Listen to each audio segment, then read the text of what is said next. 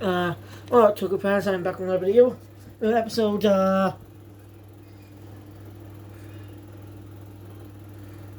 7. Yeah. Episode 7 of Ultraman Arc. Now, this is a really good episode. Because it shows Ultraman doing something different in a battle.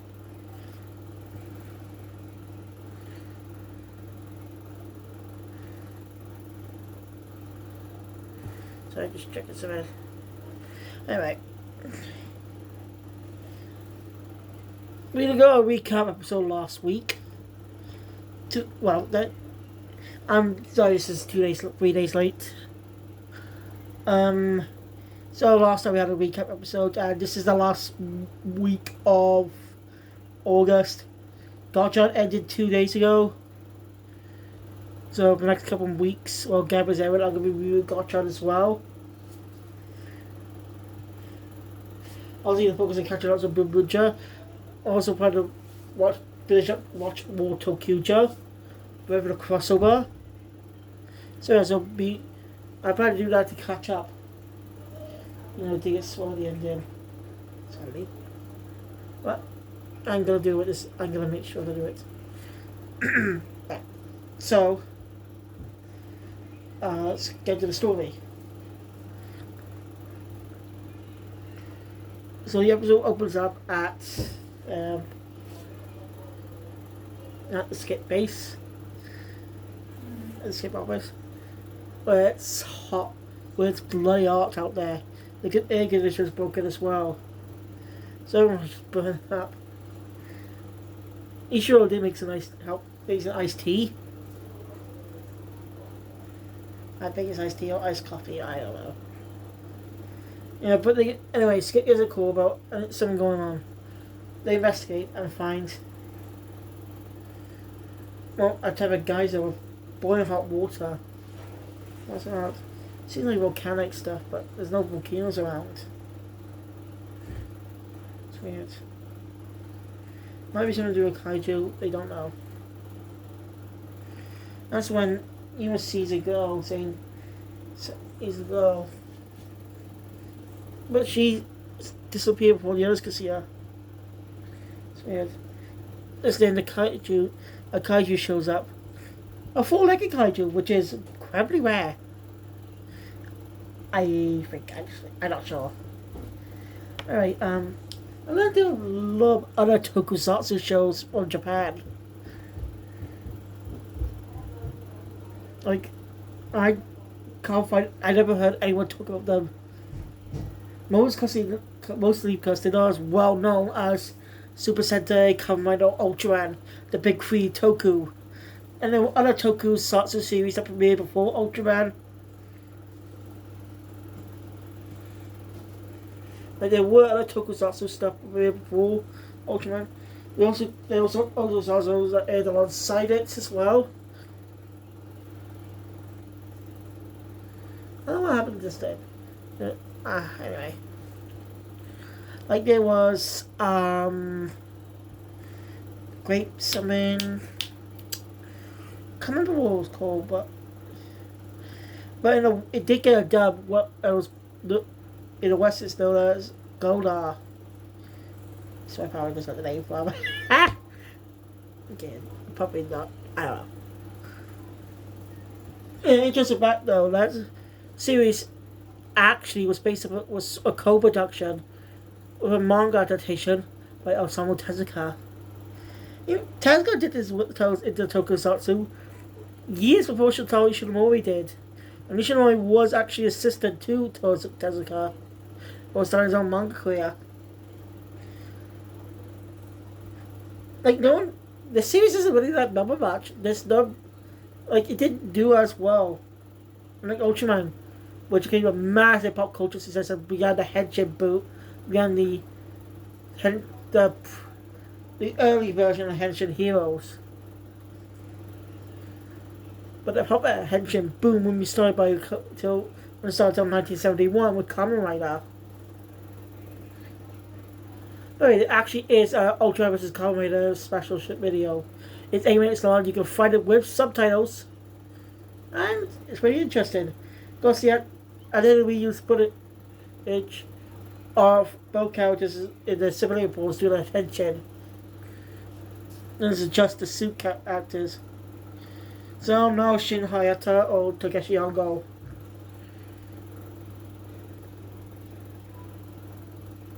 Well, Hongo was only around for like as the main writer for 10 episodes, but returned much later in the season due to the actor getting a back injury and was out for a while. When a new second writer was introduced, he was more popular and became the main writer of the series until, and then they shared the screen with two writers. So I definitely want to give the original Kamen Rider a check. So, they got a couple of the original episodes on YouTube, not all of them, but still have a few. So I can actually go up to those. They finish it up on Tokuzilla. So how about that? Right off topic. I was just saying that a lot of Tokusatsu series I've never heard of.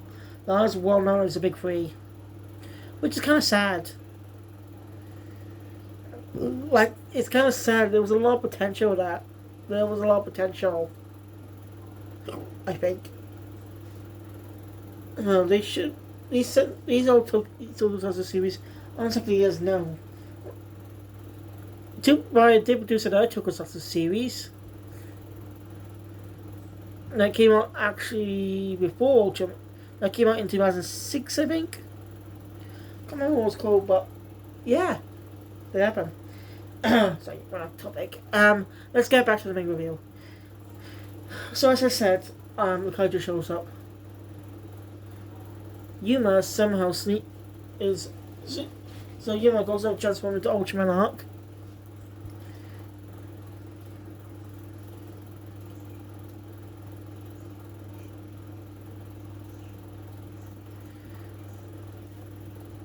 So he's trying to best to recreate the transformation. I kind of wish Ultraman had transformation faces that are memorable for kids. Like Super Sentai and Kamen Rider have transformation faces that are memorable. One thing to replicate. You know? Kamen Rider goes Henshin! Which means transform in Japanese. But Super Sentai has different transformation calls every season. Well, except for the 70s, because except for back in the day. Because again, Super Sentai was more like Kamen Rider. Because it was originally intended to be a team of Kamen Riders. And you can clearly see elements of that in Aqua Ranger's visor a bit. I just noticed a little detail about it, but it looks a bit like a Kamen Rider visor with some more features added to make it more distinct. But still, have elements of being a Kamen Rider. I might be wrong now. Yeah. Super Sentai didn't start having sound transformation calls until Denjiman, I think. Denshi Sentai Denjiman.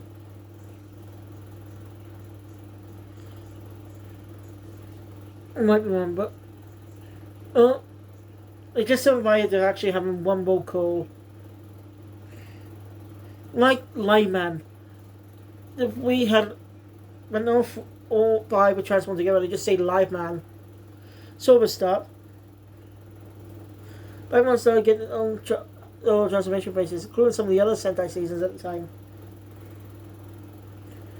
Anyway, so Art Pieces of his Kaiju.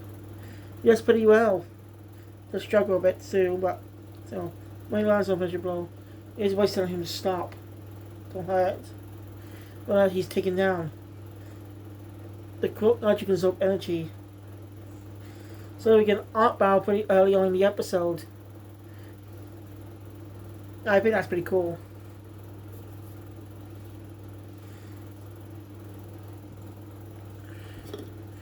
What is that girl's deal?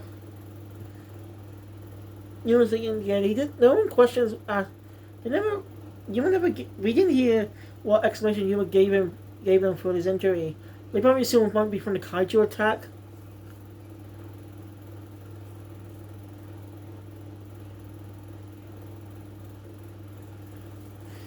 So you must think about it. Well, the others are busy scamming it. U- U-Bot managed to discover two heat signatures. Unishizen might be two hearts. Kaiju have two hearts, sometimes have multiple body parts. Was that a Doctor Who reference, or just a coincidence? There's only one alien Lord Banks know that has two hearts. The Doctor, who's a Time Lord. What were the Time Lords called, actually?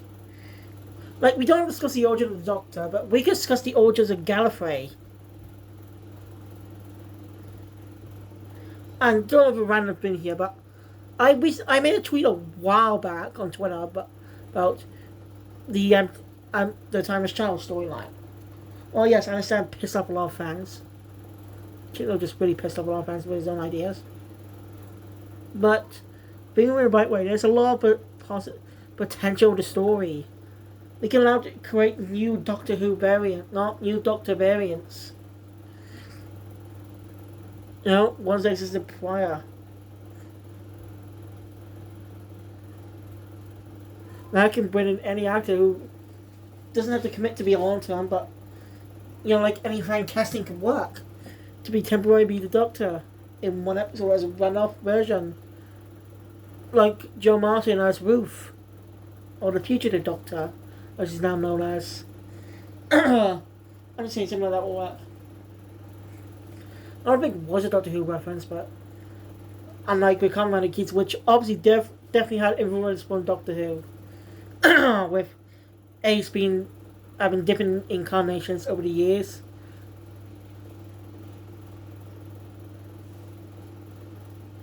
And Ava and Neon, more like companions.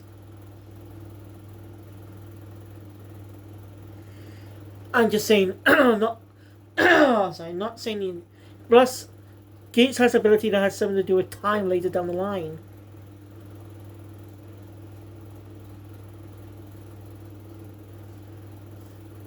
Plus, time's an important factor in the series.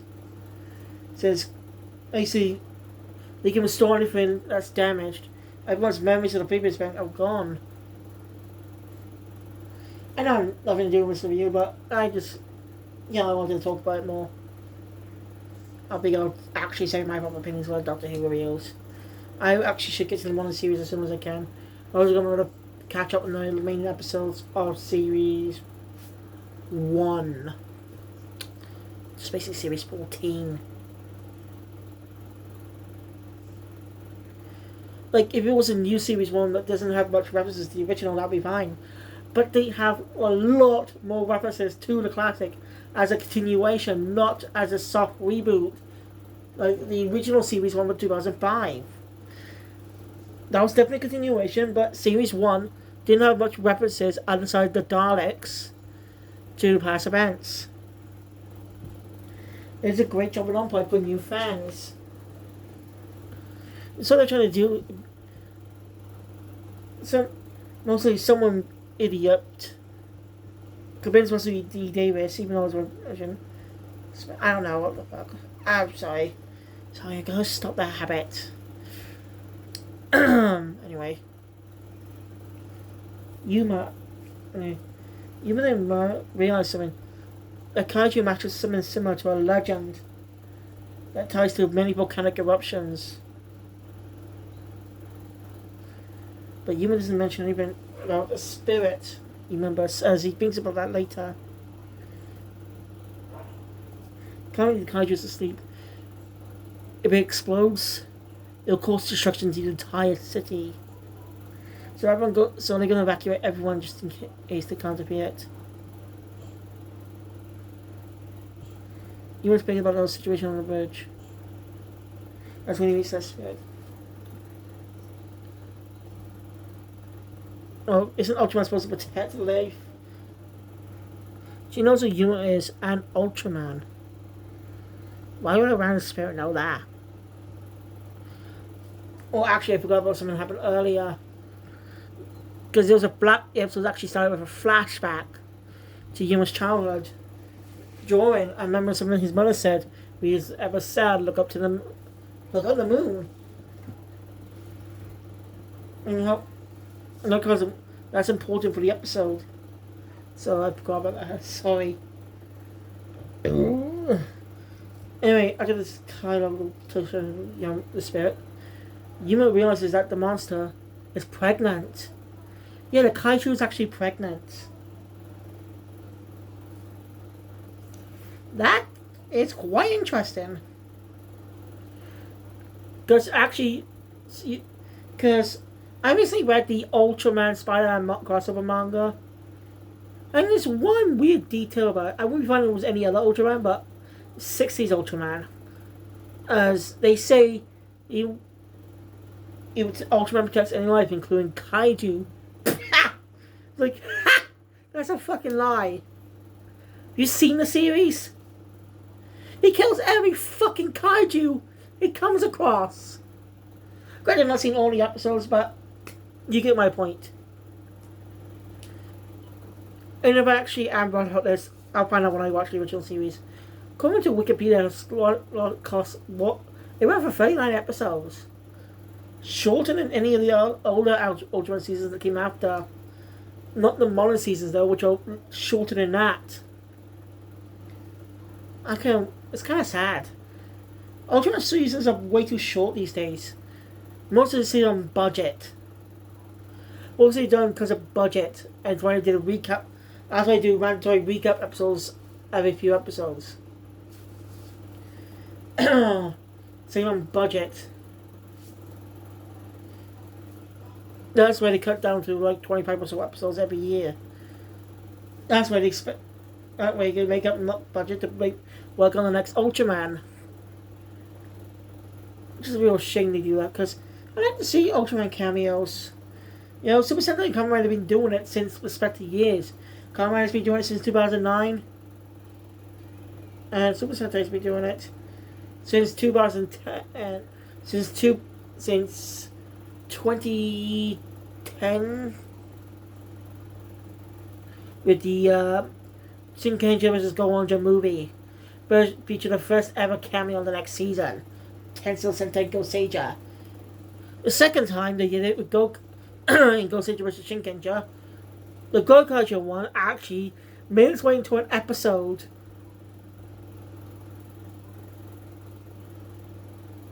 Yeah, I actually mentioned that in my Gokaja review, but that's one actually got into it. That pre-season cameo worked its way into an episode, and there was an explanation of why the Gokaja was there at that exact moment, even though we didn't need any. It was due to it was a Time Ranger tribute episode too. It's a good episode too. If you've already seen Gokaja, if you have not seen all of Gokaja, I recommend you check that episode out. It is actually real good. Chrono Changer.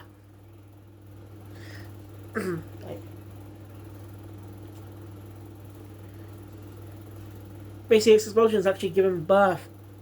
So Arcus ran away to without it, but revolt goes in destruction of the city. It's tough though.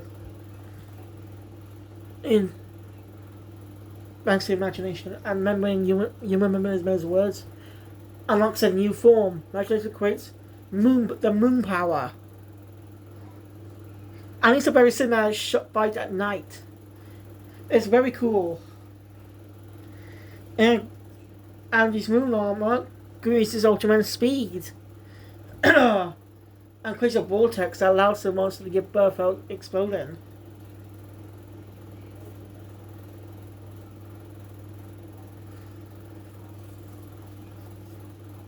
Also give birth without exploding. Without causing destruction to the city in it.